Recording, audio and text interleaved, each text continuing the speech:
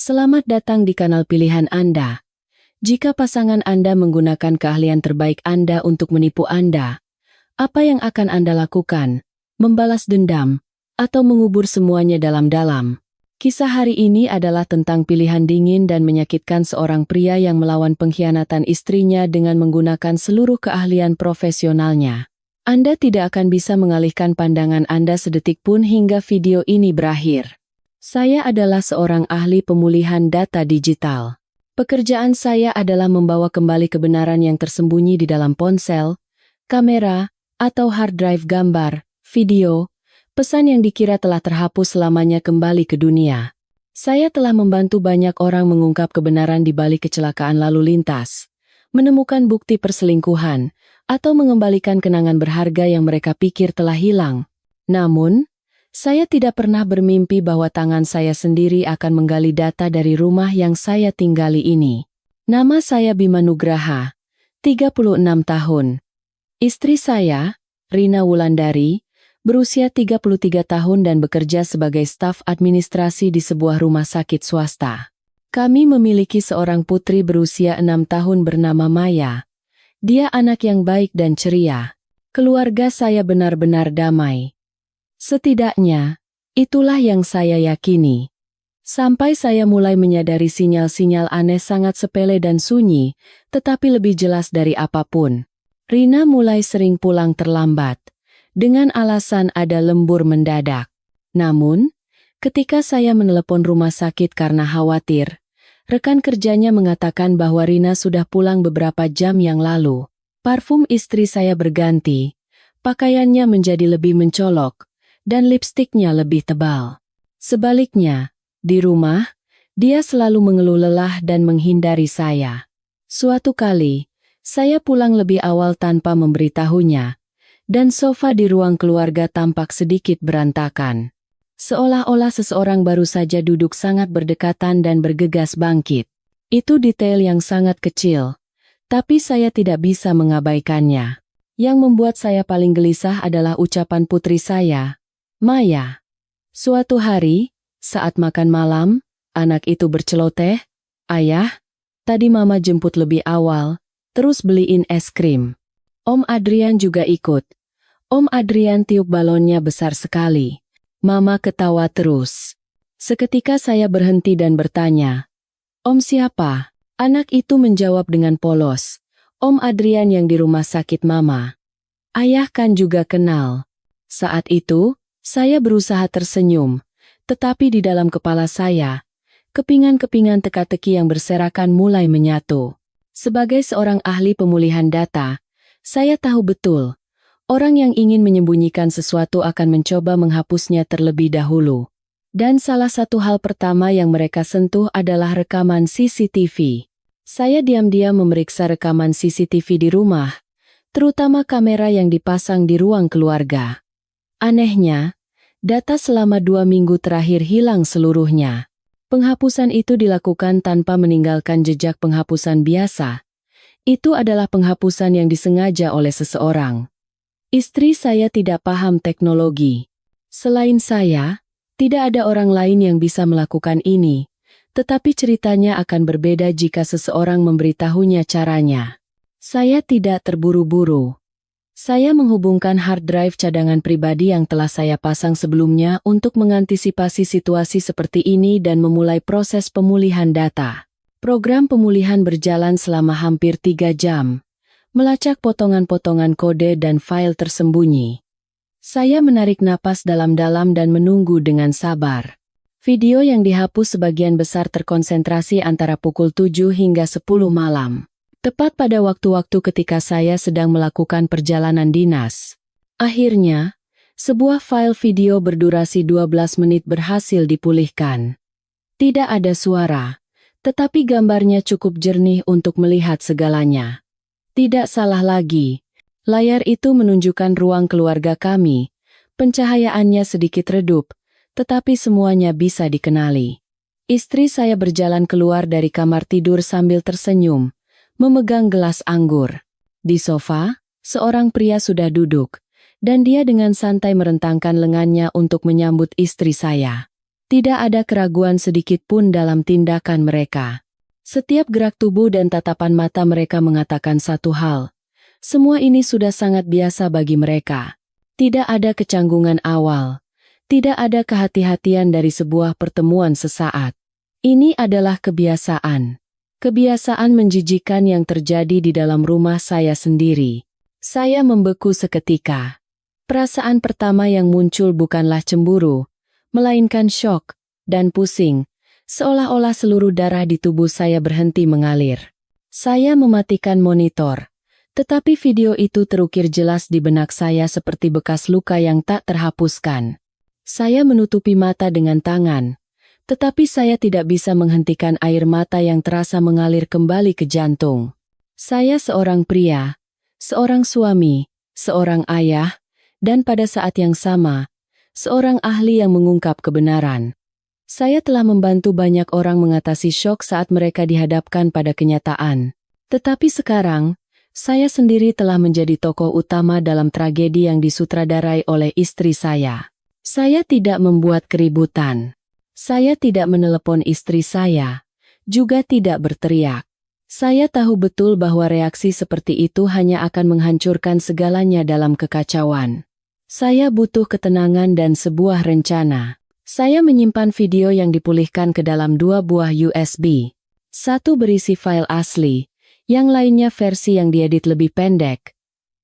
Kemudian, saya mengatur ulang sistem agar semua kamera di rumah secara otomatis mencadangkan data ke server pribadi saya setiap 3 jam. Saya mengambil ponsel lama yang dulu digunakan Rina dan menyambungkannya ke peralatan pemulihan saya. Saya yakin masih ada hal lain yang ingin dia sembunyikan. Dugaan saya tepat. Ratusan pesan, foto, file suara, dan catatan janji temu yang telah dihapus muncul satu persatu di layar seperti sebuah lukisan yang menjijikkan. Nama Adrian Hartono muncul berulang kali. Dia adalah seorang dokter bedah plastik yang pernah mengoperasi hidung teman istri saya. Mereka memulai dengan sapaan ringan, lalu bertukar pesan pribadi, dan tak lama kemudian bertemu di kafe dan hotel. Dalam sebuah file suara yang tersisa di akun cloud Lamarina, saya mendengar bisikannya. Mas, aku mau cerai sama dia. Tapi aku takut Bima tahu. Kamu bisa tanggung jawab, kan? Saya tertawa sinis. Tawa hampa. Dia sedang mempersiapkan jalan keluarnya, tetapi dia salah memilih lawan. Dia menjadikan pria yang pekerjaannya adalah mengeluarkan kembali semua yang coba dia sembunyikan sebagai suaminya. Saat saya duduk di depan monitor, mendengarkan tawa putri saya dari kamar sebelah, dada saya terasa sesak. Bukan hanya karena pengkhianatan, tetapi karena fakta bahwa suatu hari nanti, putri saya harus hidup dengan kebenaran bahwa ibunya lebih memprioritaskan cinta naluriahnya daripada keluarganya. Saat itu, saya sadar bahwa saya tidak punya tempat lagi untuk mundur. Saya bukan tipe pria yang buta karena cemburu, tetapi saya juga bukan orang bodoh yang menerima segalanya. Saya tidak akan menampar pipi atau mencengkeram kerah baju seperti di sinetron, tetapi saya akan menggunakan keahlian yang saya miliki untuk membuat mereka berdua membayar harga yang pantas atas apa yang telah mereka lakukan. Pada waktu yang paling tepat, kepada orang yang tepat, dan di tempat yang tepat, saya akan meledakkan kebenaran ini. Saya menamai folder berisi semua bukti itu. RW, AH, pemulihan, selesai. Mulai sekarang, rencana saya akan dimulai. Sebuah rencana tanpa suara, tanpa menumpahkan setetes darah pun, tetapi akan meninggalkan luka yang tidak akan pernah sembuh. Di dalam kotak barang bekas di loteng, ada sebuah iPhone lama berwarna rose gold yang sudah pudar.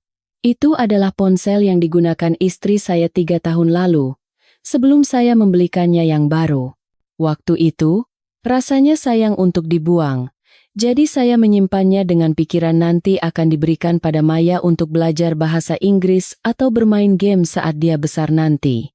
Tapi sekarang, itu bukan lagi mainan. Itu telah menjadi kotak Pandora yang berisi rahasia yang bisa mengubah segalanya. Saya menyambungkan pengisi daya dan menunggu ponsel itu menyala. Untungnya, Sidik jari lama istri saya masih terdaftar. Saya membuka kuncinya dan melihat-lihat beberapa foto lama, riwayat panggilan, dan beberapa catatan. Tapi yang saya cari tidak ada di permukaan. Saya menjalankan program pemulihan profesional dan mulai mengekstrak data dari kedalaman memori, tempat pesan-pesan yang dikira telah hilang selamanya tertidur. Program itu berjalan perlahan, menampilkan barisan kode, dan tak lama kemudian, percakapan-percakapan lama mulai muncul satu persatu di layar. Awalnya, hanya obrolan biasa dengan teman-temannya. Tapi kemudian, nama Dr. Adrian Hartono muncul. Nama yang awalnya disimpan sebagai Dr. Adrian H. Klinik Permata suatu saat berubah menjadi Mas A. Dan akhirnya, menjadi sayangku. Saya membuka jendela obrolan dengannya dan menelusuri kembali hingga pesan setahun yang lalu. Mas, kangen. Itu adalah pesan yang dikirim istri saya pada pukul 10 malam, saat saya sedang sibuk bekerja di ruang keluarga. Aku lebih kangen. Gaun merah yang kamu pakai hari ini bikin aku gila. Beberapa menit kemudian, Adrian membalas. Saya menatap kalimat itu lekat-lekat, lalu terus menggulir ke bawah. Ada juga percakapan mereka tentang kecurigaan saya. Bima natap aku terus. Aku takut. Tulis Rina. Tenang aja. Nggak akan ada yang tahu. Kamera yang dia pasang. Nanti aku suruh orang yang aku kenal buat hapus datanya. Balasan dari Adrian. Saya menyipitkan mata. Orang yang dia kenal? Siapa yang punya keahlian seperti itu? Saya mencatat bagian ini untuk diselidiki lebih dalam nanti. Saat itu saya tidak tahu, tetapi belakangan, orang yang dikenal inilah yang menjadi celah fatal yang menjerumuskan mereka berdua ke jurang. Terus menggulir ke bawah, puluhan foto mereka bersama di kafe dan hotel muncul.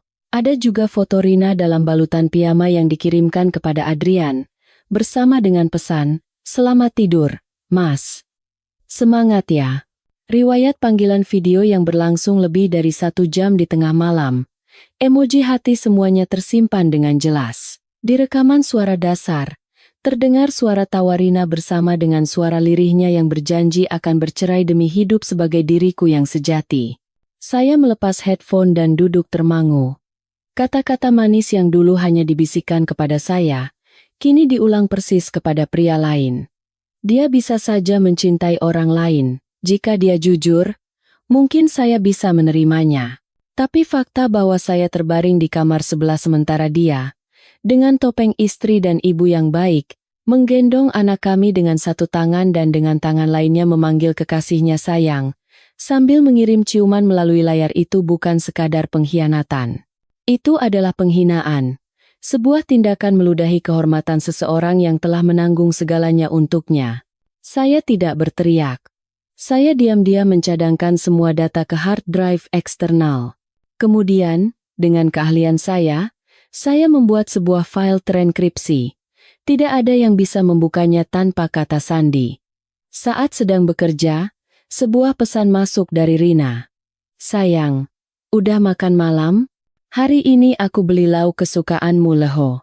Saya menatap layar sekali.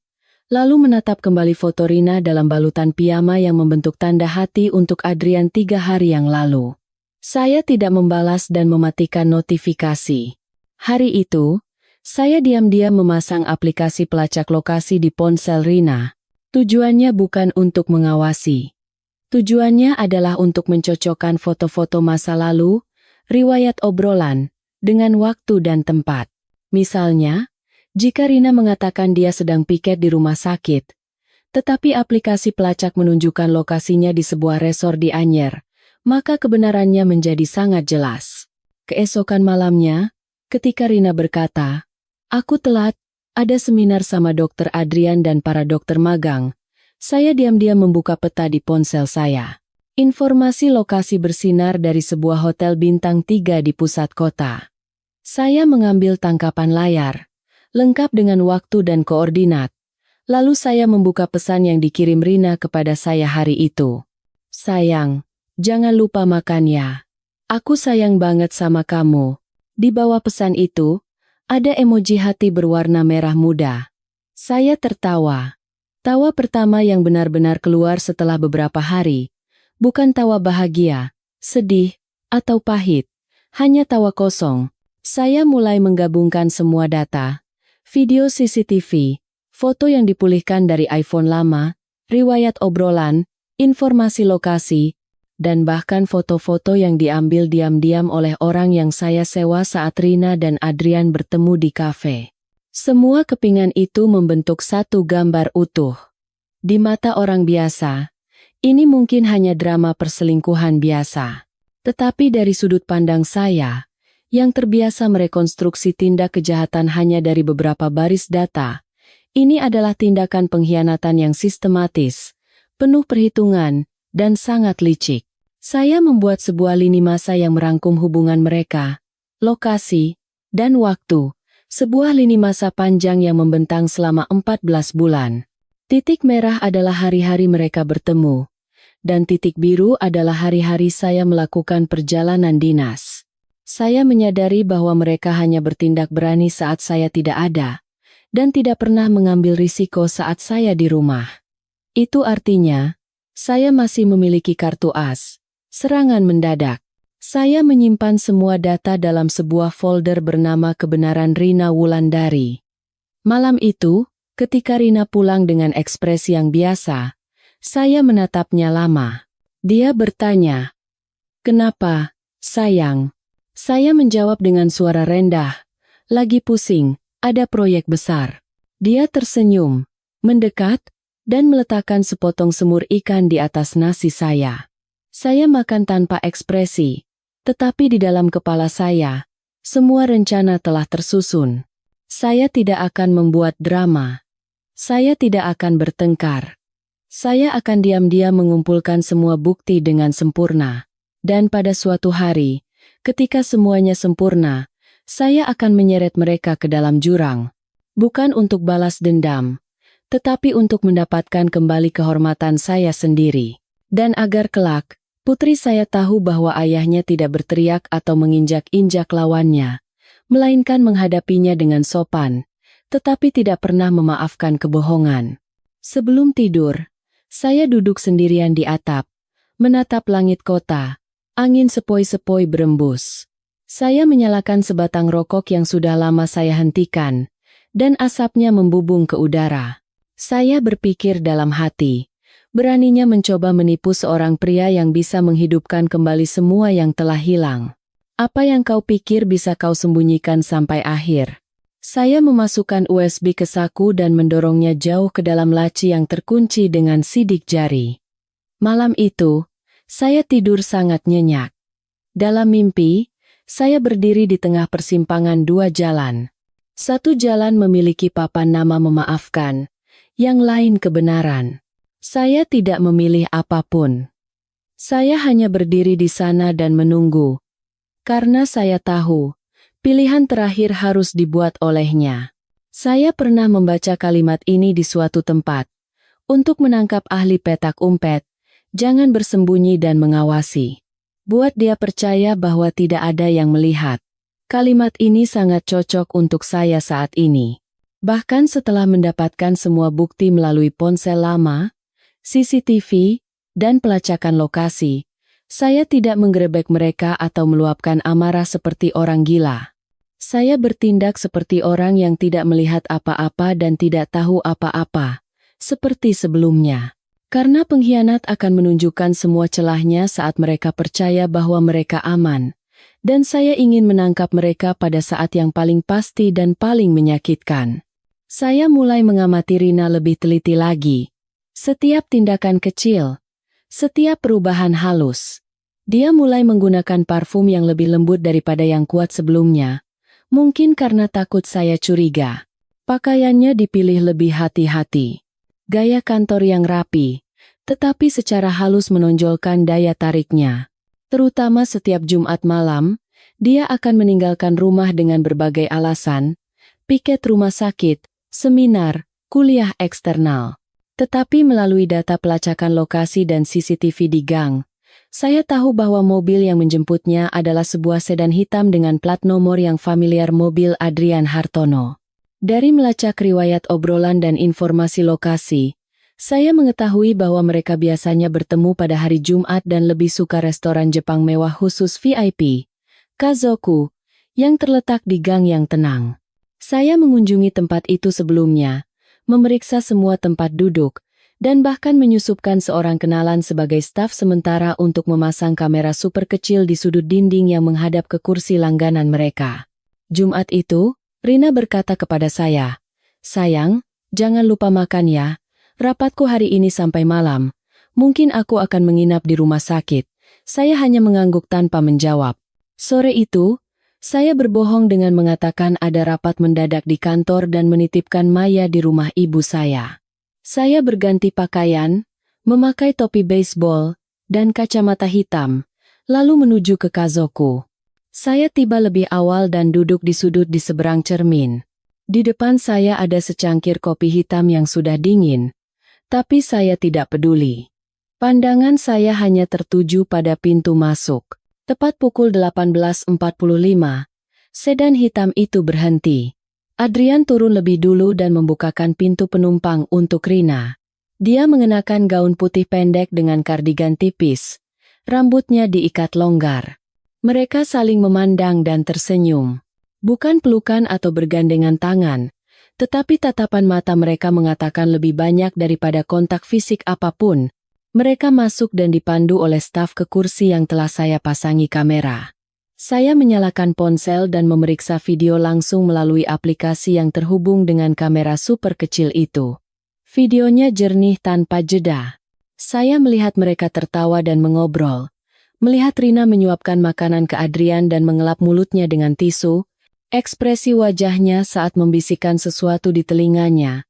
Tatapan matanya yang berbinar tidak berbeda sedikit pun dari saat dia dulu berkata, "Di dunia ini, aku paling sayang kamu." Saya mengepalkan tangan di bawah meja, tetapi di luar, saya mempertahankan ekspresi tenang seolah-olah sedang menunggu teman yang terlambat. Saya mengeluarkan ponsel dan mengambil beberapa tangkapan layar dari rekaman kamera. Lalu saya diam-diam bangkit, pura-pura pergi ke toilet. Saat melewati meja mereka, saya sengaja sedikit melirik. Rina sedang melihat ponselnya, dan Adrian sedang tertawa. Mereka tidak mengenali saya, mungkin karena saya telah menjadi sosok yang begitu samar di mata mereka, atau mungkin karena mereka terlalu tenggelam dalam rasa aman yang saya ciptakan. Saya kembali ke mobil dan menelepon fotografer profesional yang sudah menunggu di ujung gang. Malam ini, wajah dan plat nomor mobil harus jelas. Tidak boleh ada kesalahan. Dia menjawab, "Siap." Saya mematikan telepon dan duduk diam di dalam mobil, menatap mobil-mobil yang lewat seperti orang linglung. Sesuatu terasa menyesakkan dada. Tapi saya menahannya. Saya tidak boleh lemah sekarang. 1 jam kemudian, mobil hitam itu keluar dari restoran. Saya menjaga jarak yang aman dan mengikutinya. Mereka tidak menuju ke rumah kami, juga tidak ke rumahnya. Mobil itu berbelok ke sebuah gang kecil, dan berhenti di depan sebuah motel kelas 2 dengan papan nama yang remang-remang. Saya memarkir mobil di ujung gang dan mengaktifkan mode perekaman video dari jarak jauh. Kamera fotografer juga mulai bekerja, memotret setiap momen saat mereka masuk. Terlihat tangan Adrian melingkari pinggang Rina. Dia mengangkat kepalanya, tersenyum, dan dengan main-main mendorongnya sedikit. Tetapi tak lama kemudian mereka berdua menghilang di balik pintu kaca. Saya mematikan ponsel dan menyandarkan tubuh di kursi. Udara malam tidak dingin, tetapi hati saya terasa membeku. Saya teringat Maya, yang pasti sedang tidur nyenyak di pangkuan neneknya.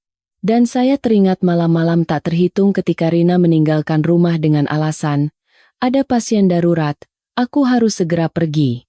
Selama waktu itu, saya menidurkan anak kami, memasak, dan menunggunya dengan penuh kepercayaan. Semua kepercayaan itu kini dihancurkan tanpa ampun. Saya pulang hampir pukul 11 malam. Rina belum kembali. Saya pura-pura tertidur di sofa.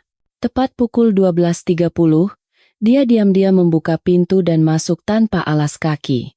Dia berjingkat melewati saya, masuk ke kamar mandi, lalu menuju kamar tidur. Terdengar suara pintu lemari dibuka, gesekan kain, dan suara resleting ditutup. Saya memejamkan mata dan bernapas dengan teratur. Dia tidak pernah bermimpi bahwa tidur saya adalah samaran yang sempurna. Keesokan paginya, dia bangun pagi seolah tidak terjadi apa-apa dan menyiapkan sarapan. Saya menatap punggungnya, bahu yang ramping, gerakan tangan yang cekatan. Dulu, saya akan merasa berterima kasih pada istri yang pandai mengurus rumah tangga. Tetapi sekarang, semuanya tampak seperti sebuah drama yang dipentaskan dengan sempurna. Dia duduk di meja makan dan bertanya, "Sayang, tidur nyenyak?" Saya tersenyum dan menjawab, "Iya, nyenyak sekali. Kamu pasti lelah kemarin." Dia tertawa lembut. "Aku juga, capek sekali rasanya." Saya hampir tertawa terbahak-bahak, karena saya tahu persis apa yang membuatnya lelah. Saya melihat jam. Seharusnya, data dari kamera super kecil itu sudah terkirim secara otomatis ke email terenkripsi saya. Di tangan saya, akan ada foto-foto dan klip video yang bersih dan jernih. Lebih dari cukup untuk mengakhiri pernikahan ini. Tapi saya belum terburu-buru. Saya punya rencana yang lebih besar. Malam itu, saya membuat 2 folder di komputer saya. Satu bernama Rina Wulandari, yang lain Dr. Adrian Hartono. Setiap folder berisi semua bukti yang saya miliki. Foto, video, catatan lokasi, pesan, dan bahkan analisis pergerakan mereka berdasarkan waktu. Semua file dienkripsi dengan kata sandi yang berbeda. Saya meletakkan jari di atas mouse dan membuka file foto Rina dan Adrian yang duduk berdampingan di restoran. Keduanya tersenyum sangat cerah. Mata mereka berbinar. Saya memperbesar foto itu dan menatap lekat-lekat mata mereka. Tidak ada sedikit pun rasa bersalah atau keraguan di dalamnya. Mereka pasti berpikir mereka pintar, rahasia mereka aman, dan tidak ada yang akan tahu. Saya bergumam pelan, "Kalian lupa, ya? Aku bukan suami biasa. Aku orang yang pekerjaannya menggali kebenaran dari tumpukan abu, dan kalian berani menyembunyikan kebenaran dariku." Saya mematikan komputer, mengunci hard drive eksternal, dan bangkit untuk mandi. Air dingin mengalir di bahu dan punggung saya, tetapi saya merasa hati saya semakin panas. Bukan karena amarah, tetapi karena sebentar lagi, saya akan mengubah semua data itu menjadi satu pukulan telak. Namun, sebelum sampai pada tahap itu, saya akan membiarkan drama ini berlanjut sedikit lebih lama, sampai mereka dengan sendirinya berjalan masuk ke dalam jurang. Beberapa wanita, alih-alih menyelesaikan hubungan melalui perceraian, memilih untuk tetap dalam hubungan saat ini dan memainkan peran sebagai istri yang sempurna. Tujuannya adalah untuk mempertahankan cangkang yang aman sambil menikmati hubungan rahasia di belakang. Rina Wulandari adalah orang seperti itu. Jika saya bukan seorang ahli pemulihan data, mungkin sampai rambut saya memutih pun saya tidak akan pernah tahu bahwa saya telah dikhianati. Setelah malam saya menyaksikan Rina dan Adrian masuk ke motel itu, saya mulai menggali lebih dalam lagi tindakan Rina. Setiap hari. Sekarang, ini bukan lagi sekadar melacak lokasi atau pesan. Saya menelusuri setiap transaksi banknya, riwayat belanja online, catatan panggilan taksi, janji temu di rumah sakit, bahkan tagihan utilitas rumah. Wanita yang berselingkuh tanpa niat bercerai akan merencanakan setiap tindakannya dengan cermat. Dan saya harus mengakui, dia sangat lihai menyembunyikan semuanya. Suatu malam, saat dia mengira saya sudah tidur, saya tidak sengaja melihatnya menerima telepon. Dia pergi ke balkon dan berbicara dengan suara berbisik yang sangat pelan. Tetapi saat dia kembali ke kamar, saya melihat sekilas nama kontak A di layar ponselnya yang menyala. Inisial yang sangat samar, mudah dianggap sebagai teman wanita, rekan kerja, atau sepupu. Tetapi melalui program yang diam-diam saya pasang di ponselnya, saya tahu bahwa A itu adalah nama terenkripsi untuk Adrian Hartono, yang aslinya adalah sayangku.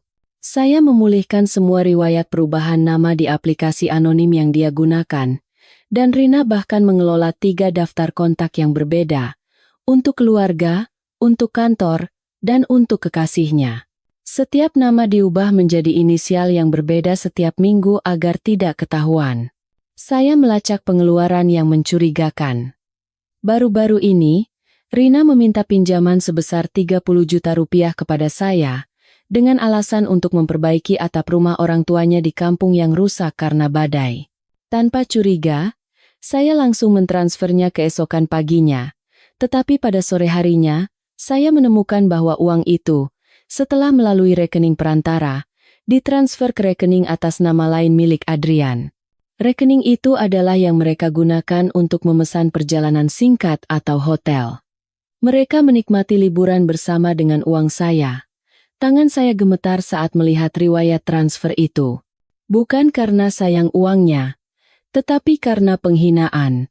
Rina menggunakan rekening bank terpisah yang hanya terpasang di ponsel lain untuk menangani semuanya secara rahasia.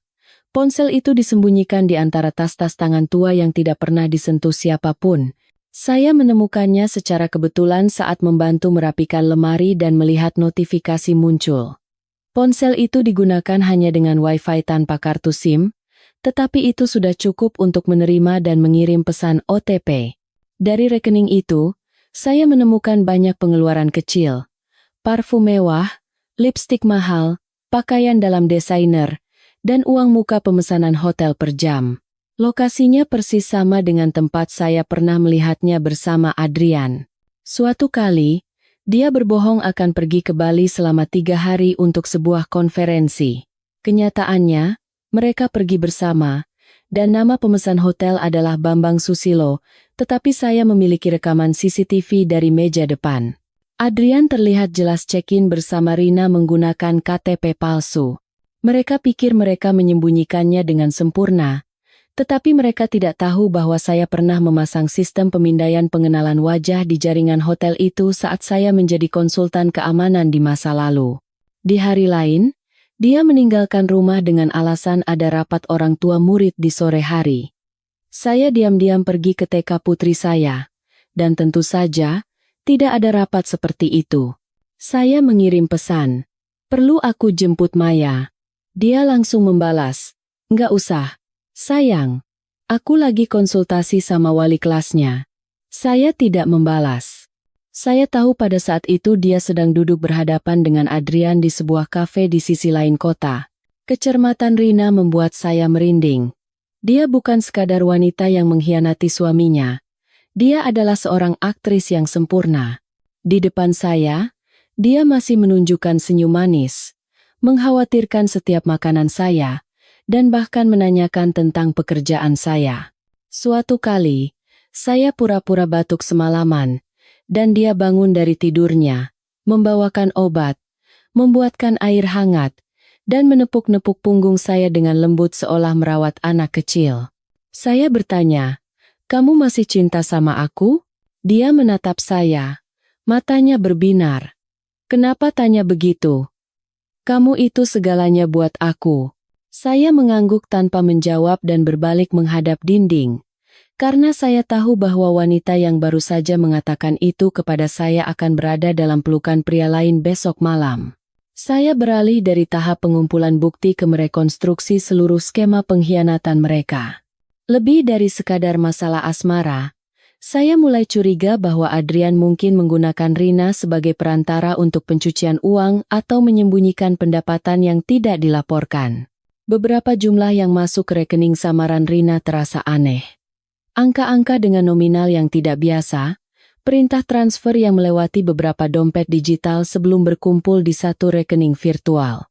Saya mengumpulkan semua data dan meminta seorang teman yang bekerja di bidang audit keuangan untuk menganalisisnya. Setelah meninjau data tersebut, dia berkata, "Bro, ini bukan cuma bukti selingkuh. Ini jelas-jelas indikasi pencucian uang." Saya berdiri termenung di kantor, menatap angka-angka yang menari di monitor. Kepala saya menjadi dingin, dan penilaian saya menjadi jernih. Jika saya mau, saya bisa menyeret kedua orang ini ke dasar masyarakat hanya dengan satu klik, tapi belum. Saya perlu membuat mereka lengah sekali lagi untuk menyelesaikan seluruh skenario ini dengan sempurna. Saya menelepon ibu saya dan meminta untuk menitipkan Maya selama seminggu. Saya beralasan bahwa pekerjaan sangat sibuk dan ingin neneknya yang merawatnya. Ibu saya dengan senang hati setuju. Saya tidak ingin putri saya melihat apa yang akan segera terjadi. Hari itu, saya menelepon Rina. Aku harus ke Surabaya selama 3 hari untuk perjalanan dinas. Berangkat besok pagi-pagi. Dia segera menjawab, "Oke. Kalau begitu, siangnya aku kerja di rumah sakit. Malamnya aku di rumah. Kangen nanti kalau kamu nggak ada." Saya tersenyum tipis di seberang telepon. Jelas sekali dia baru saja membuat janji untuk malam hari. Saya meletakkan telepon dan menghela napas panjang. Semuanya sudah terlanjur terlalu jauh. Rencana itu terbentuk sempurna di kepala saya. Saya tidak akan membuat keributan. Saya tidak akan memanggil keluarganya untuk menggerebek. Saya tidak akan bertingkah seperti suami yang buta karena cemburu. Saya akan melakukan apa yang paling dia takuti. Saya akan mengungkap semuanya di depan orang-orang yang benar-benar penting dalam hidupnya. Rekan kerja, keluarga, dan dirinya sendiri. Saya mengatur pengingat di kalender ponsel saya. Sabtu, 19, sel Andrian. Kirim paket data ke istri Dr. Adrian Hartono. Dan pengingat lain, Sabtu, 21,0. Saya mengunci ponsel dan bangkit. Menatap keluar jendela. Kota di malam hari tampak gemerlap. Tetapi penuh dengan kepalsuan. Seperti istri saya. Cantik, lembut, dan tampak bijaksana, tetapi di dalamnya tersembunyi badai pengkhianatan yang ditutupi oleh riasan. Saya teringat tahun-tahun yang lalu. Saat-saat saya benar-benar mempercayainya, hari-hari saya mengabaikan semua bisikan di sekitar saya. Saya tidak menyesal, tetapi saya juga tidak akan memaafkan. Tidak ada yang berhak mengkhianati seseorang yang hidup dari kebenaran. Saya pernah berkata kepada seorang klien lama, semakin rapat disembunyikan, semakin mudah hancur saat terungkap. Sekarang, saya menerapkan prinsip itu pada hidup saya sendiri. Setelah mengumpulkan semua bukti dan menyaksikan berbagai tipu muslihat istri saya sadar bahwa saya tidak bisa mengakhiri semua ini hanya dengan pertengkaran atau selembar surat cerai. Apa yang mereka lakukan bukan sekadar pengkhianatan, itu adalah penghinaan. Dan saya ingin keduanya membayar harganya. Saya mulai memasang perangkap. Bukan sekadar menggerebek, tetapi sebuah perangkap besar yang akan merobek topeng mereka dan membuat mereka tidak bisa lagi berkelit atau berakting. Rencana itu harus tepat, cukup menyakitkan, dan memungkinkan saya merasakan kepuasan tanpa harus mengotori tangan saya. Pertama, saya membuat sebuah akun Facebook palsu. Akun itu dibuat agar terlihat seperti baru dibuat, tanpa foto profil dan hampir tanpa teman. Namanya Yulia Sari. Foto profilnya adalah pemandangan alam, dan hanya ada beberapa postingan tentang kehidupan positif. Kemudian, saya mengirim pesan kepada Rina dengan sopan dan ramah. "Halo, Mbak Rina. Gak tahu masih ingat aku atau enggak? Aku Yulia. Dulu kita pernah ikut kursus asisten perawat bareng Mbak Heni. Mbak Rina tetap cantik ya." Anehnya, dalam 10 menit, Rina membalas. "Ya ampun Yulia. Ingat dong. Sekarang sibuk apa?" Begitulah saya menciptakan karakter fiktif bernama Yulia Sari. Seorang wanita yang pindah ke Jakarta dan bekerja di spa dekat tempat kerja Rina. Cerita yang sepenuhnya dibuat-buat. Tetapi karena saya mahir dalam menulis, mengatur situasi, dan mengendalikan percakapan, saya tidak menunjukkan celah sedikit pun. Setelah beberapa hari mengobrol, saya mengalihkan topik ke hal yang lebih pribadi. Saya menulis, "Mbak Rina hebat deh. Udah menikah tapi cowok-cowok masih banyak yang naksir. Iri deh." Rina langsung membalas, "Apaan sih? Nggak ada gitu-gituan." Saya memasang umpan. "Kemarin aku lihat Mbak di Kazoku sama cowok yang tinggi ganteng itu. Kalian serasi banget loh." Rina mengirim emoji tertawa. "Hehe, itu rahasia. Satu kata rahasia itu sudah cukup." Saya memastikan bahwa Rina sama sekali tidak menyesal dan tidak berniat mengakhiri hubungan ini, melainkan menganggapnya sebagai sebuah permainan yang terjadi di belakang punggung saya. Saya terus mengirim pesan. Cowok itu kayaknya cinta mati deh sama Mbak. Apa Mbak kepikiran buat hubungan yang lebih serius sama dia? Jawabannya berikutnya membuat saya membeku di tempat. Kalau dia ngajak nikah, aku bisa tinggalin semuanya. Suami, anak juga. Saya tidak tahu apakah Rina bercanda atau serius, tetapi bagi saya, fakta bahwa dia berani menuliskan hal itu sudah lebih dari cukup. Saya mengambil tangkapan layar percakapan itu, menyimpannya, lalu keluar dari akun Yulia Sari. Bersamaan dengan itu, saya mulai memasang perangkap untuk Adrian. Saya menghubungi salah satu teman kuliah saya. Dia sekarang bekerja sebagai staf resepsionis di sebuah pusat konvensi tempat berbagai seminar dan konferensi medis diadakan. Saya meminta teman saya untuk, atas nama penyelenggara konferensi, mengirimkan undangan kepada Adrian untuk menjadi pembicara dengan tema etika medis modern. Syaratnya, dia harus menyiapkan materi presentasi dan datang tepat waktu pada Sabtu sore. Adrian, yang mungkin menganggap ini sebagai kesempatan untuk menaikkan namanya, langsung menerima. Yang tidak dia ketahui adalah waktu dia presentasi adalah waktu di mana saya menyelesaikan semua persiapan saya. Kameramen video, petugas perekam suara, dan bahkan rekan kerja lama Rina yang akan berada di sana seolah-olah kebetulan. Saya meminta seorang senior di industri yang pernah bekerja dengan Rina untuk menemuinya di kafe langganan mereka pada sore itu. Dan seolah-olah bertemu secara kebetulan, berkata, "Loh, Rina. Tapi dengar-dengar suamimu udah tahu semuanya le. Dia kan bukan orang biasa, ahli pemulihan data." Wajah Rina memucat. Dia tidak tahu bahwa setiap ekspresinya direkam oleh kamera super kecil yang telah saya pasang sebelumnya. Saya menyaksikan seluruh situasi secara langsung melalui ponsel saya. Saya melihatnya panik mencari-cari ponselnya dan menelepon Adrian. Tapi dia tidak menjawab. Dia sedang berdiri di podium dengan ekspresi serius, memegang mikrofon, dan berapi-api berbicara tentang etika medis. Di layar di belakangnya, hanya ada layar kosong. Karena saya sengaja mengirim slide kosong untuk memancing kepanikannya. Malam itu, saya mengirim 2 paket data. Satu untuk istrinya. Dia saat ini bekerja di sebuah rumah sakit di Singapura, tetapi memiliki perwakilan di Indonesia. Saya mengirim salinan riwayat obrolan, foto hotel, dan bahkan file rekaman suara saat dia dan Rina membahas rekening samaran untuk menggelapkan uang tanpa sepengetahuan istrinya. Paket lainnya saya kirimkan langsung kepada Rina, bukan dalam bentuk surat atau USB, melainkan dalam bentuk hadiah yang disampaikan melalui tangan putri kami. Di dalam sebuah buku catatan kecil, terselip selembar foto yang dicetak dari rekaman CCTV. Foto dirinya berciuman dengan Adrian di bawah cahaya kuning yang familiar di ruang keluarga kami. Malam itu, saya pulang seperti biasa. Rina duduk di sofa dengan wajah pucat, memegang buku catatan itu di tangannya. Saya melewatinya tanpa berkata apa-apa.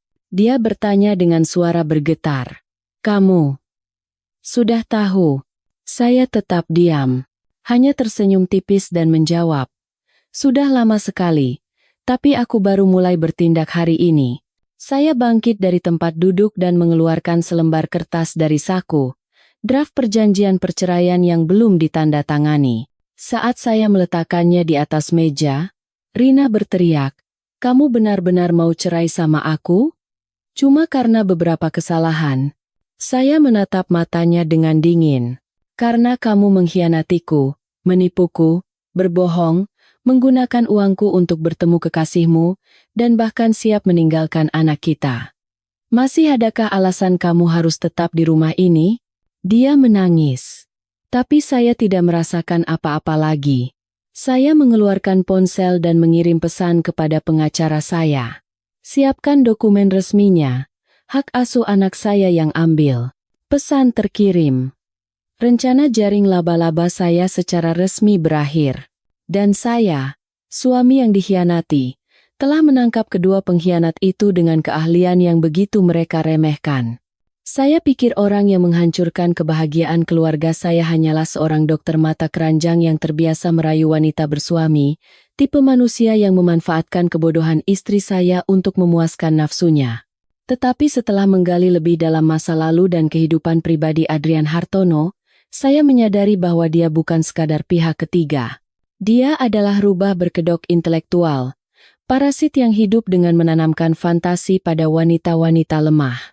Dan yang terburuk adalah fakta bahwa dia tidak hanya menghancurkan keluarga saya, tetapi juga keluarganya sendiri. Bahkan setelah mendapatkan semua bukti tentang hubungan Rina dan Adrian, saya tidak berhenti.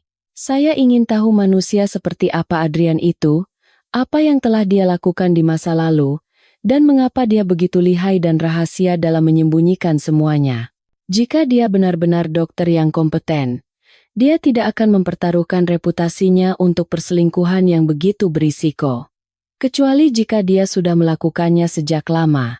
Saya mulai menyelidiki karier Adrian. Ketika saya memiliki kesempatan untuk mengakses sistem internal rumah sakit, saya menggunakan informasi dari teman saya di industri untuk mengakses data publik para dokter. Adrian terdaftar sebagai spesialis bedah plastik tingkat atas yang menyelesaikan pelatihan di luar negeri, seorang ahli bedah wajah. Catatannya bersih, gelarnya sempurna, dan evaluasi internalnya bagus. Tetapi yang menarik perhatian saya adalah detail yang sangat kecil. Istrinya, Sari, telah bekerja sebagai residen di Singapura selama 3 tahun, tetapi Adrian tidak pernah sekalipun mengambil cuti untuk menemuinya. Saya menemukan akun media sosial lama Adrian yang sudah jarang aktif. Ada beberapa foto keluarga lamanya di sana. Sari, Adrian, dan seorang putra berusia sekitar 8 tahun. Foto terakhir mereka bertiga diambil 2 tahun lalu. Setelah itu, hanya ada foto-foto Adrian sendirian, terkadang dengan tambahan kalimat filosofi seperti, "Cinta adalah saat tak seorang pun perlu memahamiku," atau, "Pria sejati adalah yang membuat wanita melupakan penderitaannya." Saya menghubungi mantan rekan kerja Sari, seorang dokter yang pernah saya bantu memulihkan data medisnya. Saya bertanya dengan hati-hati, "Apakah Anda masih berkomunikasi dengan Bu Sari? Apa kabarnya baik-baik saja? Saya dengar suaminya hebat, tapi katanya orangnya agak bebas." Ada keheningan beberapa detik di seberang telepon, dan jawaban berikutnya membuat saya merinding. Mbak Sari sudah tahu semuanya. Sejak lama. Tapi dia kekurangan bukti untuk bercerai.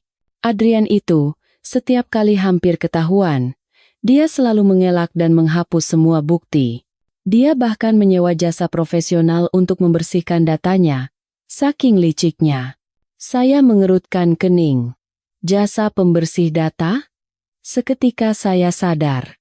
Adrian mungkin pernah mencari ahli seperti saya di masa lalu, atau bahkan memesan layanan penghapusan data untuk memusnahkan bukti. Kalau begitu, dia bukan pemula dalam perselingkuhan. Dia adalah pemain yang sangat mahir, yang tahu cara membuang mayat hubungan rahasianya tanpa meninggalkan setetes darah pun. Saya memutuskan untuk menghubungi Sari secara langsung. Menggunakan nomor sementara saya mengirim pesan dengan sopan. "Ibu Sari, saya yang mengirimkan data tentang hubungan Bapak Adrian dan Rina Wulandari. Saya tidak bermaksud menghancurkan keluarga, tetapi saya rasa ada beberapa hal lagi yang perlu Ibu ketahui. Jika tidak keberatan, saya ingin bertemu melalui perwakilan Ibu di Indonesia." Beberapa jam kemudian, Sari membalas dengan sangat singkat. "Kita bertemu. Kami bertemu di sebuah kafe yang tenang." Dia mengenakan blus putih. Rambutnya diikat rapi. Ekspresinya tegar, tetapi ada kelelahan yang mendalam di matanya. Saya menyapanya, menyerahkan sebuah USB, dan menjelaskan segalanya.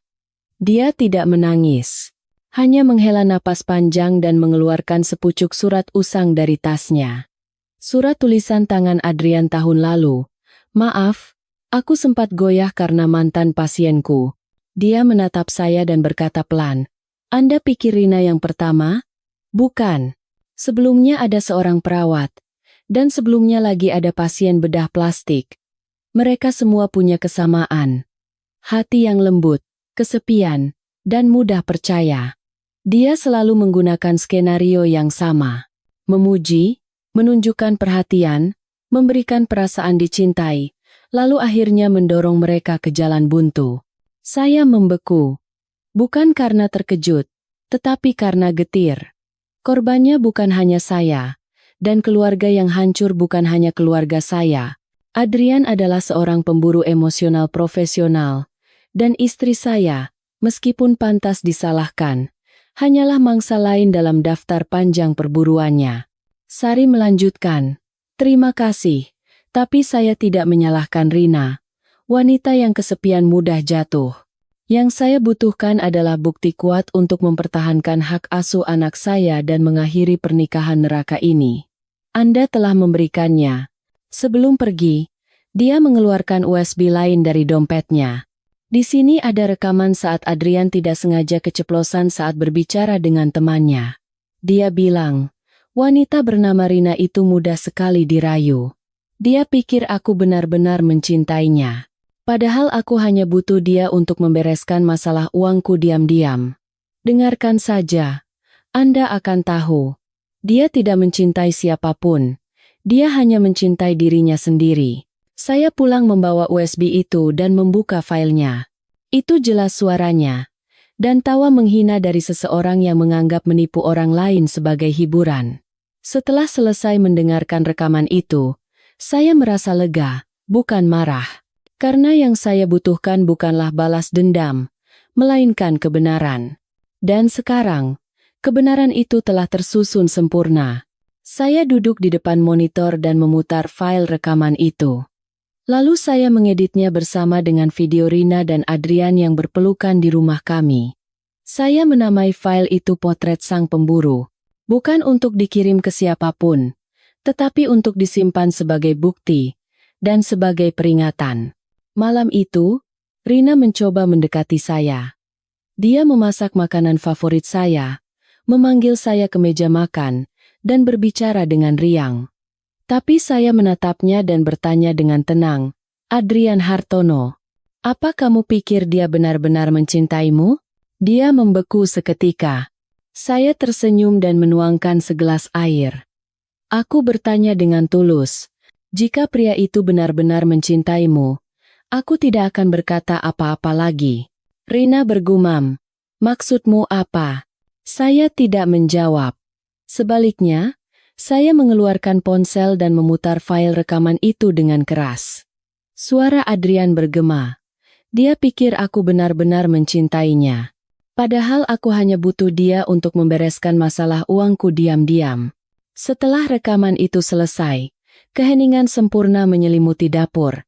Rina berkata dengan suara bergetar, enggak mungkin. Dia." Saya memotongnya. "Masih percaya pada cinta? Atau sekarang kamu baru sadar kalau kamu hanyalah alat bagi pria kotor itu?" Dia menangis. Tapi kali ini, saya merasakan kasihan, bukan simpati. Kasihan pada seorang wanita yang salah memilih jalan dan bahkan memberikan kepercayaannya pada orang yang salah. Saya membersihkan piring, bangkit, dan mengucapkan kata-kata terakhir. "Kita akan bertemu di pengadilan sebentar lagi. Sebaiknya kamu bersiap-siap. Kamu tidak hanya akan kehilangan keluarga, tapi juga kehormatanmu." Saya menutup pintu dan masuk ke kamar. Di belakang saya, terdengar isak tangis, suara seorang wanita yang hancur. Tapi di luar pintu, berdiri seorang pria yang sudah terlalu lelah. Pria yang telah menemukan kebenaran terakhir yang perlu dia ketahui untuk melangkah maju. Tanpa amarah atau kebencian lagi, hanya seorang pria yang telah memutuskan untuk mengakhiri segalanya. Saya percaya setiap perpisahan harus memiliki momen terakhir. Bukan karena penyesalan, tetapi untuk menyelesaikannya dengan sopan. Tidak peduli siapa yang benar atau salah, tidak peduli seberapa pahit prosesnya, jika bisa makan bersama untuk terakhir kalinya, saling menatap mata, dan berbicara dari hati, maka baik yang pergi maupun yang ditinggalkan tidak akan hidup dalam penderitaan. Setelah semua yang terjadi, saya memutuskan untuk memberikan Rina kesempatan itu, Makan malam terakhir. Hari itu hari Sabtu, cuacanya sejuk dan mataharinya hangat. Saya mengambil cuti dan pergi berbelanja pagi-pagi sekali. Alih-alih memesan makanan seperti biasa, saya memilih sendiri sayuran dan ikan. Saya ingin memasak makanan itu dengan tangan saya sendiri. Seperti dulu, saat kami berdua yang saling mencintai melakukannya bersama setiap akhir pekan. Saya membuat sop buntut kesukaan Rina, perkedel kentang, dan tumis buncis. Pukul 11.30, masakan sudah siap. Saya menata makanan dengan rapi di meja makan. Maya sedang di rumah neneknya selama beberapa hari, jadi di rumah hanya ada saya dan dia. Rina, yang baru saja selesai mandi dengan rambut basah, berhenti sejenak saat melihat saya sedang mencuci tangan di dapur, lalu tersenyum. "Kamu yang masak? Hari ini hari spesial?" Saya mengangguk. "Makan keluarga." "Sudah lama kan?" Dia ragu sejenak, lalu mengangguk dan duduk di meja makan. Kami makan dalam keheningan. Saat saya menyendokkan sepotong kentang untuknya, dia tersenyum tipis dan berkata, "Makasih." Saya menjawab, "Aku sudah tidak marah lagi." Mendengar itu, dia meletakkan sendoknya. Matanya seolah ingin bertanya sesuatu, tetapi kemudian dia menunduk. Saya melanjutkan, "Aku tahu semuanya. Dan sekarang, hatiku sudah tenang. Tidak marah lagi, tidak dendam lagi." Rina sedikit gemetar. Dia mengelap mulutnya dengan tisu dan berbisik, "Kamu memaafkanku?" Saya menggeleng. Bukan memaafkan. Tapi aku tidak akan menyakitimu lagi. Menurutku, orang yang paling kamu sakiti adalah dirimu sendiri. Saya bangkit dan mengambil sebuah kotak kecil dari laci, meletakkannya di depannya. Dia menatap saya dengan curiga. Saya berkata, "Buka." Di dalamnya, ada sebuah USB hitam tanpa tanda. Dia mengambilnya. Wajahnya memucat. "Ini apa?" Saya menjawab, "Semua cerita. Pesan, foto, video, rekaman suara. Semua yang kamu dan Adrian berusaha hapus." Dia gemetar. Saya menatapnya dan berkata pelan, "Dulu, aku ingin mempublikasikan ini ke seluruh dunia. Tapi setelah dipikir-pikir, apa yang kudapat dengan mengirimkannya ke orang lain? Mereka tidak akan hidup untuk kita, tidak akan merasakan sakit untuk kita. Jadi, aku memberikannya hanya padamu. Agar kamu tahu sendiri apa yang telah kamu lakukan pada pernikahan ini." Rina membuka mulutnya, tetapi tidak ada kata yang keluar. Air mata mengalir jatuh ke atas sop buntut di mangkuknya. Saya tidak melihatnya dan terus berbicara. "Hari saat kamu tertawa dan bercanda dengan pria lain di ruang keluarga rumah ini, aku sedang bekerja lembur ratusan kilometer jauhnya untuk mendapatkan uang agar putri kita bisa sekolah di tempat yang lebih baik. Hari saat kamu pergi ke hotel dengan uang yang kuberikan, aku sedang merawat anak kita yang demam semalaman. Aku tidak pernah mengeluh sekalipun. Tapi aku tidak bisa hidup dengan kebohongan." Saya duduk kembali dan menuangkan segelas air. Hari ini, aku tidak ingin bertengkar atau mengungkit masa lalu. Aku hanya ingin bertanya satu hal. Jika hari ini aku tidak tahu apa-apa, apakah kamu berniat untuk berhenti? Dia menundukkan kepalanya. Bahunya bergetar. Saya tidak perlu mendengar jawabannya. Saya sudah tahu. Saya mengeluarkan surat cerai dari tas dan meletakkannya di atas meja. Aku sudah tanda tangan. Hak asuh anak aku yang ambil. Jika kamu mau, kamu bisa datang menjenguk atau merawatnya kapan saja. Tapi statusmu sebagai istriku berakhir hari ini. Rina mengangkat kepalanya. Wajahnya basah oleh air mata. "Maaf. Aku salah. Tapi aku masih mencintaimu." Saya tersenyum ringan. Bukan senyum sinis atau pahit. Mencintai dan hidup sebagai manusia yang baik adalah dua hal yang berbeda. Kamu mencintaiku, tapi kamu tidak setia pada cinta itu. Kamu menipu, mengkhianati, dan menghancurkan kepercayaan. Apa artinya cinta seperti itu? Dia menangis terseduh-seduh, menelungkupkan wajahnya di atas meja. Isak tangisnya bergema di ruangan yang sunyi. Saya berjalan menuju tangga. Sebelum naik ke lantai 2, saya berbalik dan berkata, "Makanan hari ini adalah untuk perpisahan. Bukan pengampunan, bukan penyesalan.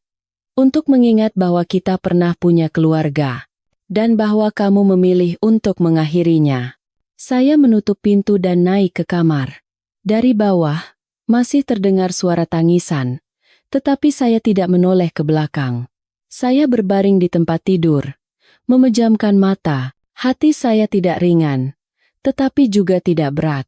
Sebagian dari diri saya telah mati, tetapi saya merasakan bagian lain mulai hidup kembali. Saya pikir sidang cerai akan menjadi tempat yang penuh dengan air mata, teriakan, dan pertengkaran. Tempat di mana orang-orang saling membongkar semua kesalahan untuk meraih kemenangan terakhir. Tetapi ternyata berbeda dari yang saya bayangkan. Tempat itu dingin, prosedural, singkat, dan pahit dengan cara yang sangat berbeda. Saya dan Rina tiba di pengadilan pada waktu yang telah ditentukan. Saya mengenakan kemeja putih dan celana hitam, tanpa dasi. Terlihat lebih seperti orang yang datang untuk mengurus dokumen administrasi daripada orang yang akan mengakhiri pernikahannya. Rina berbeda. Dia mengenakan riasan tipis dan gaun berwarna pastel. Wajahnya pucat, matanya tampak lelah. Saat turun dari mobil, dia menatap saya dan mencoba mengatakan sesuatu, tetapi saya membuang muka. Tidak ada lagi yang perlu dibicarakan. Semua yang perlu saya katakan sudah saya sampaikan di meja makan terakhir itu. Di ruang tunggu, kami duduk berhadapan di antara pasangan-pasangan lain. Ada wajah-wajah muda yang penuh amarah, pasangan tua dengan mata bengkak, dan seseorang yang menggendong anak kecil. Tidak ada yang banyak bicara. Semua orang yang datang ke sini tahu. Ini adalah tempat untuk mengakhiri, tanpa pemenang atau pecundang. Hanya tempat di mana dua orang yang pernah saling mencintai memilih untuk saling melepaskan. Ketika petugas pengadilan memanggil nama kami, saya bangkit lebih dulu. Rina mengikuti di belakang.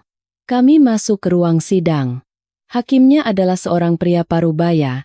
Sikapnya tenang dan suaranya jelas. Dia membacakan kembali isi gugatan cerai dan mengkonfirmasi informasi. Semuanya sesuai fakta. Dia menatap saya dan bertanya, "Bapak Bima Nugraha, apakah tidak ada perubahan dalam niat Anda untuk bercerai?" Saya mengangguk. "Tidak ada, Pak Hakim." Dia beralih ke Rina. "Ibu Rina Wulandari, apakah ada pendapat lain?" Dia menggigit bibirnya, matanya memerah, tetapi tak lama kemudian dia menggeleng. "Hak asuh anak diserahkan kepada Bapak Bima Nugraha. Apakah tidak ada keberatan?" Dia menggeleng lagi. "Tidak ada, Pak Hakim." Dia pasti sudah tahu. Mengingat semua yang telah dilakukannya, pilihan terbaik adalah anak kami tinggal bersama saya. Saya pun tidak ingin putri saya tumbuh di rumah yang dinaungi bayang-bayang pengkhianatan. Sekalipun dia sangat mencintai ibunya, seorang anak berhak tumbuh di lingkungan yang adil, jujur, dan bebas dari kebohongan. Setelah semua konfirmasi selesai, hakim menatap kami bergantian. Dia pasti telah menangani banyak sidang cerai, tetapi kasus di mana kedua belah pihak begitu tenang pasti jarang terjadi.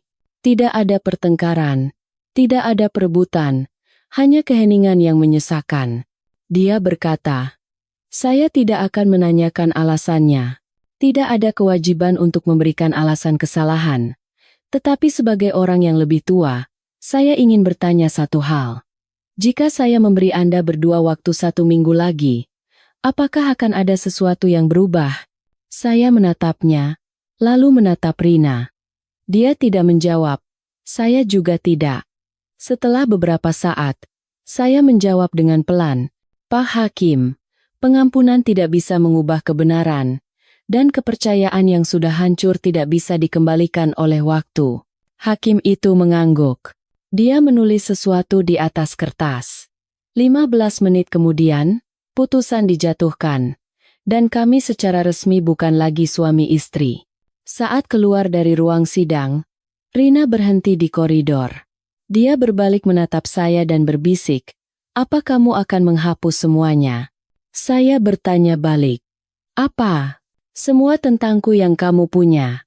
Foto, video, rekaman." Saya menatapnya sejenak, lalu menjawab, "Aku tidak akan mempublikasikannya, tidak akan mengirimkannya ke siapapun. Tapi aku tidak akan menghapusnya. Aku ingin mengingatkan diriku sendiri pada satu hal, bahwa siapapun bisa berubah. Dan aku menukar seluruh pernikahanku untuk pelajaran itu." Dia menangis, tapi saya tidak lagi menoleh ke belakang. Saya berjalan keluar ke bawah sinar matahari siang yang menyilaukan, tetapi tidak terasa hangat sedikit pun. Saya menuruni tangga dan menarik napas dalam-dalam. Tidak merasa lega, tidak merasa puas. Hanya pikiran bahwa semuanya telah berakhir. Saya berjalan ke tempat parkir dan duduk di kursi pengemudi. Tangan saya di atas kemudi, tetapi saya tidak menyalakan mesin.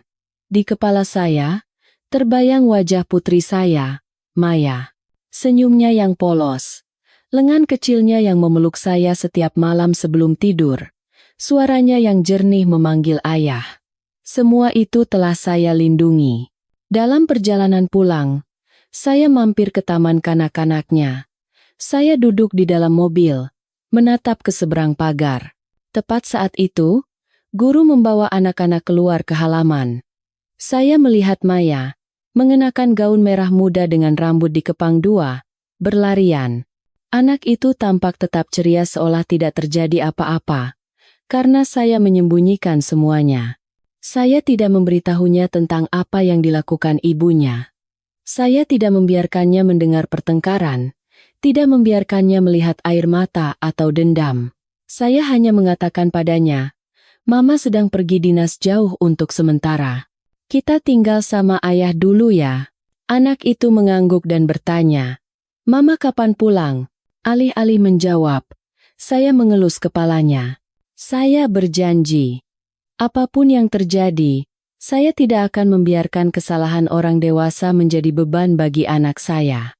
Sore itu, saya membuka laptop dan membuat folder baru bernama penyelesaian. Saya memindahkan semua data, bukti, foto, dan video ke folder itu. Saya mengatur kata sandi, mengompres filenya, menyimpannya di hard drive eksternal terpisah, dan menguncinya dalam-dalam. Saya tidak menghapusnya, tetapi saya juga tidak akan melihatnya lagi. Saya menulis di catatan ponsel saya, tepat 1 tahun dari hari ini. Jika 1 tahun ini damai, hapus permanen, saya butuh waktu, bukan untuk melupakan, tetapi untuk memastikan bahwa saya sudah cukup kuat sehingga semua itu tidak lagi diperlukan. Malam itu, saya menyiapkan makan malam untuk putri saya. Maya berceloteh tentang apa yang terjadi di sekolah sambil makan, dan membanggakan bahwa dia menjadi ketua kelas. Saya mengangguk dan tersenyum. Maya bertanya, "Ayah, nanti aku boleh menikah juga?" Saya tertawa. "Tentu saja. Tapi kamu harus pilih orang yang baik." Anak itu bertanya lagi, "Orang yang baik itu seperti apa?" Saya menatapnya dan menjawab, "Orang yang tidak akan pernah berbohong padamu, dan tidak akan pernah membuatmu menangis sedih." Anak itu mengangguk. "Kalau gitu, aku mau menikah sama ayah." Saya tertawa keras dan memeluknya erat. Saat itu, saya merasa tidak ada lagi yang kurang. Pernikahan yang telah berlalu mungkin meninggalkan bekas luka, tetapi putri saya adalah sebuah keajaiban. Dan saya memilih untuk hidup bersama keajaiban itu, bukan dengan bekas luka. Saya pikir anak saya terlalu kecil untuk memahami urusan orang dewasa. Saya pikir jika saya tidak membicarakannya, tidak menangis di depannya, dan tidak membiarkannya mendengar pertengkaran, maka dia tidak akan merasakan apa-apa. Tapi saya salah. Anak-anak jauh lebih peka dari yang kita kira. Mereka tidak perlu mendengar, cukup melihat. Tidak perlu penjelasan, cukup merasakan. Mereka tahu segalanya. Dan suatu hari, saya menemukan surat-surat kecil di dalam tas sekolah merah muda Maya. Kejadian itu dimulai pada suatu malam akhir pekan. Saat saya merapikan mainan, Buku sketsa anak saya terjatuh dari tasnya. Halaman pertama penuh dengan gambar hati yang tidak beraturan. Di tengahnya, ada sebuah gambar sederhana. Sebuah rumah kecil dengan asap mengepul. Dan di depannya, berdiri 3 orang. Seorang gadis kecil, seorang pria, dan seorang wanita bergaun merah. Saya langsung tahu itu adalah gambaran keluarga kami bertiga di masa lalu. Saya membalik halaman berikutnya. Tulisan tangan yang masih miring dan tidak lurus. Untuk Mama. Mama kemana?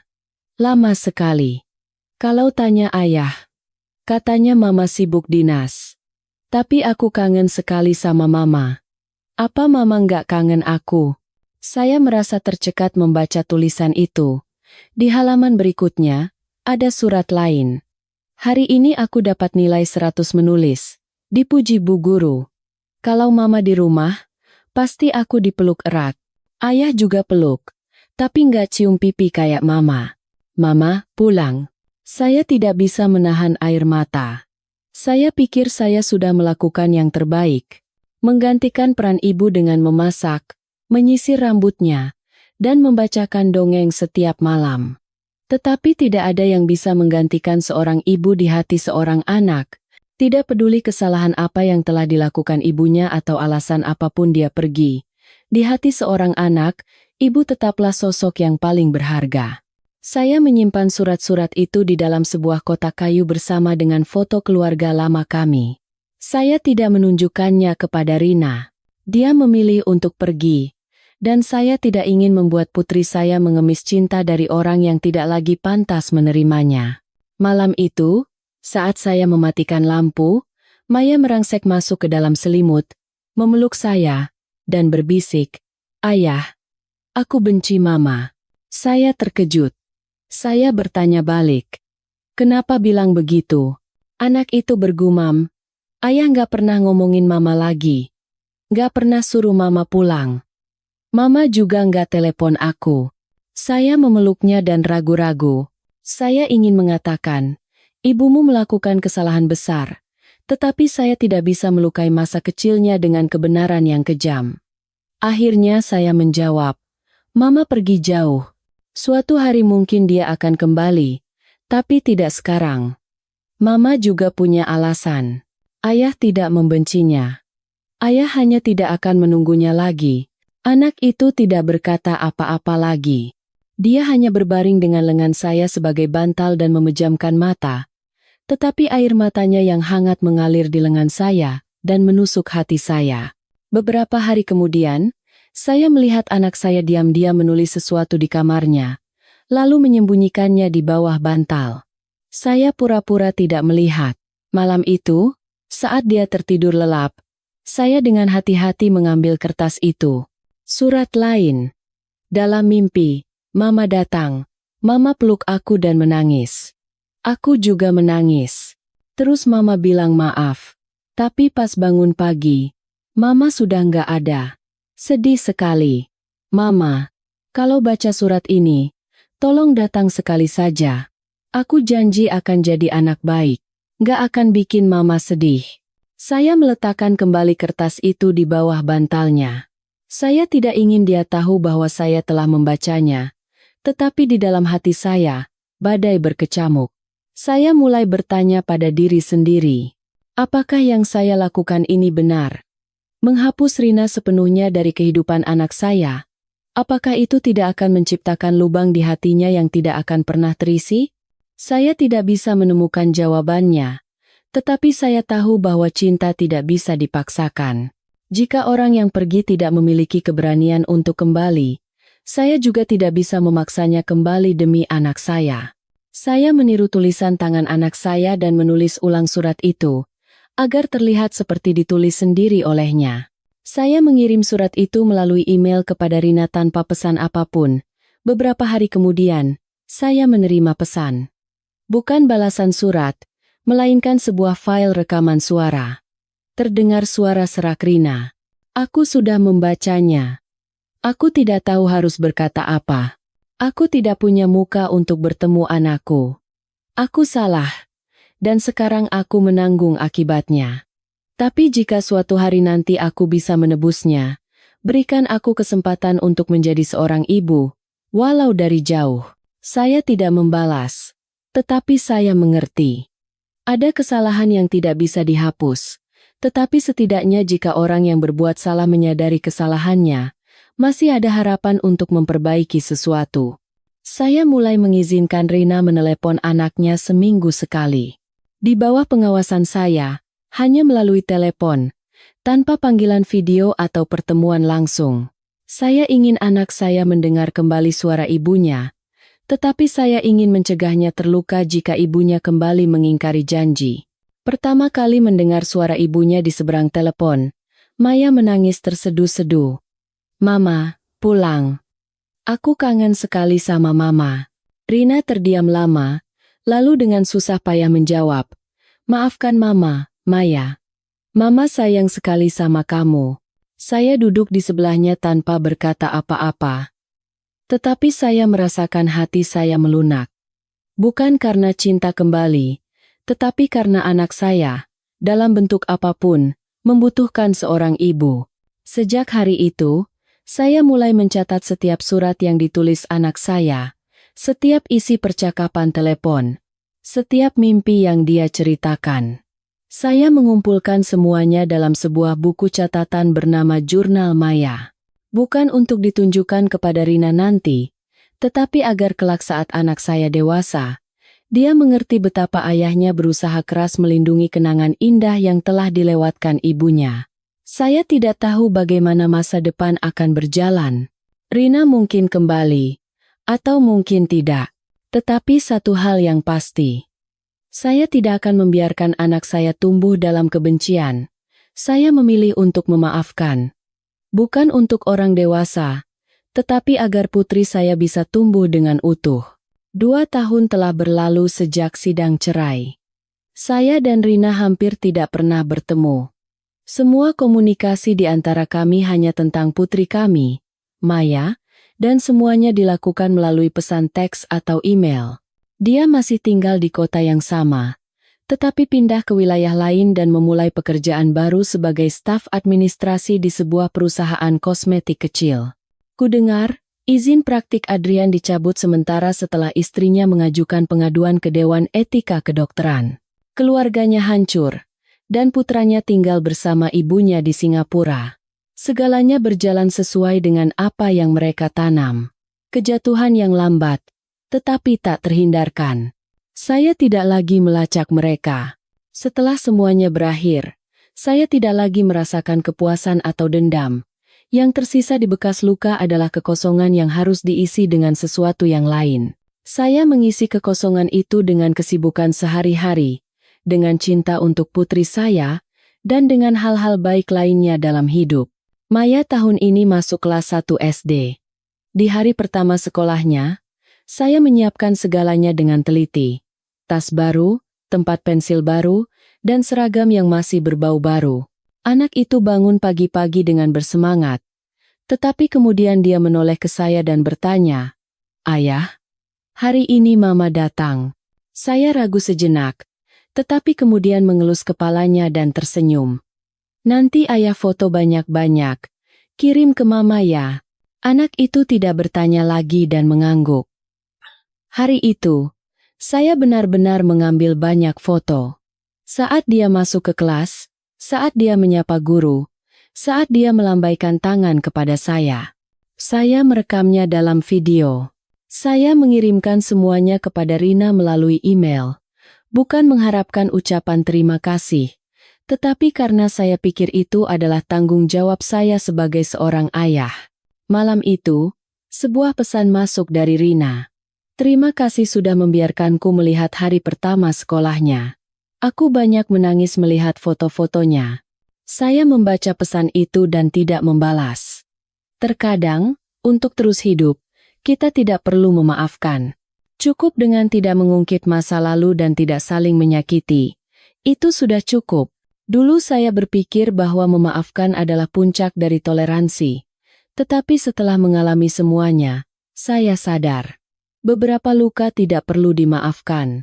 Cukup belajar untuk melewatinya agar luka itu tidak menjadi batu di dalam hati. Kehidupan saya dan Maya perlahan-lahan menjadi stabil. Saya memperluas bisnis layanan pemulihan data saya, mendapatkan lebih banyak klien, dan menambah karyawan.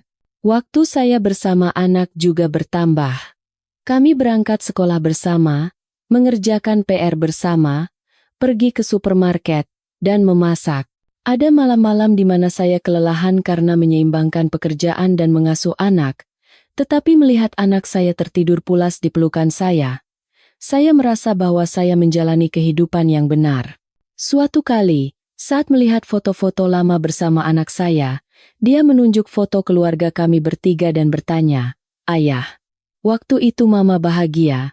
Saya terdiam sejenak, tetapi kemudian mengangguk. "Tentu. Waktu itu Mama sangat mencintaimu, dan Ayah yakin sampai sekarang pun Mama masih mencintaimu." Anak itu tersenyum dan berbisik, "Kalau begitu, kapan Mama akan kembali?" Saya tidak menjawab. Saya memeluknya dan berbisik, "Selama kamu mengingat Mama, Mama akan selalu ada di hatimu." Jawaban itu juga untuk diri saya sendiri. Terkadang, untuk cinta itu ada. Tidak perlu harus berada di samping. Cukup menyimpannya di dalam hati, secukupnya agar tidak membenci, tetapi tidak cukup untuk memiliki penyesalan. Setiap tahun, tepat pada tanggal perceraian kami, saya menulis surat untuk diri saya sendiri. Surat-surat itu saya simpan di dalam amplop bertanggal. Di surat pertama, saya menulis, "Kamu selamat, dan kamu tidak membiarkan rasa sakit menelanmu." Tahun berikutnya, saya menulis, "Kamu mengajarkan seorang anak cara tumbuh dalam cinta, bahkan tanpa kehadiran satu orang." Tahun ini, saya menulis, "Kamu telah melewati badai, dan kamu tetap memilih jalan untuk tidak membalas dendam." Saya tidak tahu apakah saya akan menulis surat ini pada tahun ke-10, tetapi saya tahu bahwa setiap surat ini bukanlah untuk mengenang rasa sakit, melainkan tonggak yang mencatat pertumbuhan saya sendiri. Suatu sore akhir pekan, saya menerima sebuah paket di rumah. Di dalamnya ada sebuah buku catatan keluarga kecil dan surat tulisan tangan dari Rina. Dia menulis, "Aku tahu aku telah melakukan banyak kesalahan dan tidak pantas masuk kembali ke kehidupan kalian berdua. Aku hanya ingin mengirim buku catatan ini. Ini adalah buku harian dari hari-hari aku terpisah dari anakku. Berisi semua kata-kata yang ingin kuucapkan tetapi tidak bisa. Aku tidak mengharapkan pengampunan. Aku hanya ingin tetap menjadi bagian dari ingatan anakku." Saya selesai membaca surat itu dan tidak menangis, tetapi juga tidak marah. Saya memasukkan buku catatan itu ke dalam kotak bersama dengan surat-surat anak saya, foto-foto lama, dan catatan yang saya simpan. Semua yang tersisa dari hubungan yang pernah menjadi keluarga. Lalu saya mengunci kotak itu, bukan untuk menghapus, tetapi untuk menyimpan. Kelak, saat anak saya dewasa dan ingin tahu seperti apa ibunya, seberapa besar dia mencintainya, dan kesalahan apa yang telah dia lakukan, saat itulah saya akan menunjukkannya. Tanpa menambah atau mengurangi, tanpa menutupi atau menghakimi. Saya tahu suatu hari nanti anak saya akan bertanya, "Ayah, apa Ayah sudah memaafkan Mama?" Maka saya akan menjawab seperti ini, "Ayah tidak perlu memaafkan. Ayah hanya memilih untuk terus hidup dengan benar." Cerita ini berakhir seperti ini. Tidak ada pemenang. Tidak ada yang dihukum secara terbuka. Hanya seorang pria yang pernah dikhianati, bangkit kembali, dan membesarkan anaknya dengan semua hal baik yang tersisa padanya. Jika Anda bertanya kepada saya, apakah Anda masih mencintainya? Saya tidak akan menjawab. Pertanyaan itu tidak lagi penting. Yang penting adalah saya tidak membiarkan cinta itu merusak kepercayaan yang dimiliki putri saya terhadap dunia. Dan jika Anda berada dalam situasi yang sama, saya ingin mengatakan satu hal ini. Jika mereka tidak pantas, Anda tidak perlu memaafkan, tetapi Anda harus selalu baik pada diri sendiri.